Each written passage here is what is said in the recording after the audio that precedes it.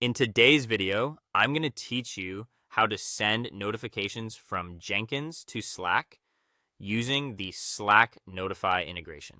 This setup is a simple way to keep your team informed without having to constantly watch the Jenkins dashboard. Instead of manually checking whether a build passed or failed, Jenkins can automatically send that information straight into a Slack channel as soon as the job finishes. It's especially useful for CI/CD pipelines where fast visibility really matters. To get started, open your browser and go to your Jenkins dashboard. From the left-hand menu, click Manage Jenkins. Then open Plugins or Manage Plugins, depending on your version. Go to the Available Plugins tab, and in the search field, type Slack Notification. When the official plugin appears, select it and click Install. Give Jenkins a moment to complete the installation before moving on.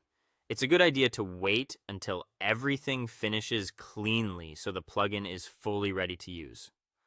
Once the plugin is installed, go back to Manage Jenkins and open Credentials. From there, enter the Global Credentials area and choose Add Credentials. In the Kind dropdown, select Secret Text. Then paste in your Slack integration token in the secret field. For the ID, enter a simple label such as Slack Secret Token. After that, click Create to securely store the token in Jenkins. Using a credential ID like this is important because it keeps the actual secret out of your pipeline code. Next, return to Manage Jenkins and Open System, or Configure System if that's how it appears in your setup. Scroll down until you find the Global Slack Notifier Settings section. In the Workspace field, enter your Slack workspace subdomain only, not the full URL.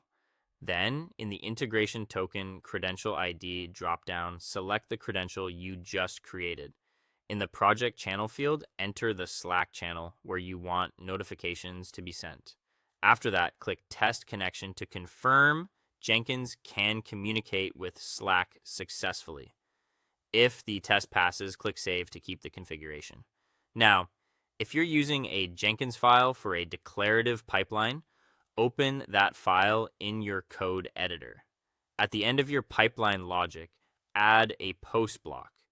Inside that block, include Slack send instructions for both success and failure conditions. In the success block, send a green message that includes the job name, build number, and build URL. In the failure block, send a red message with the same details so the team knows exactly where to investigate.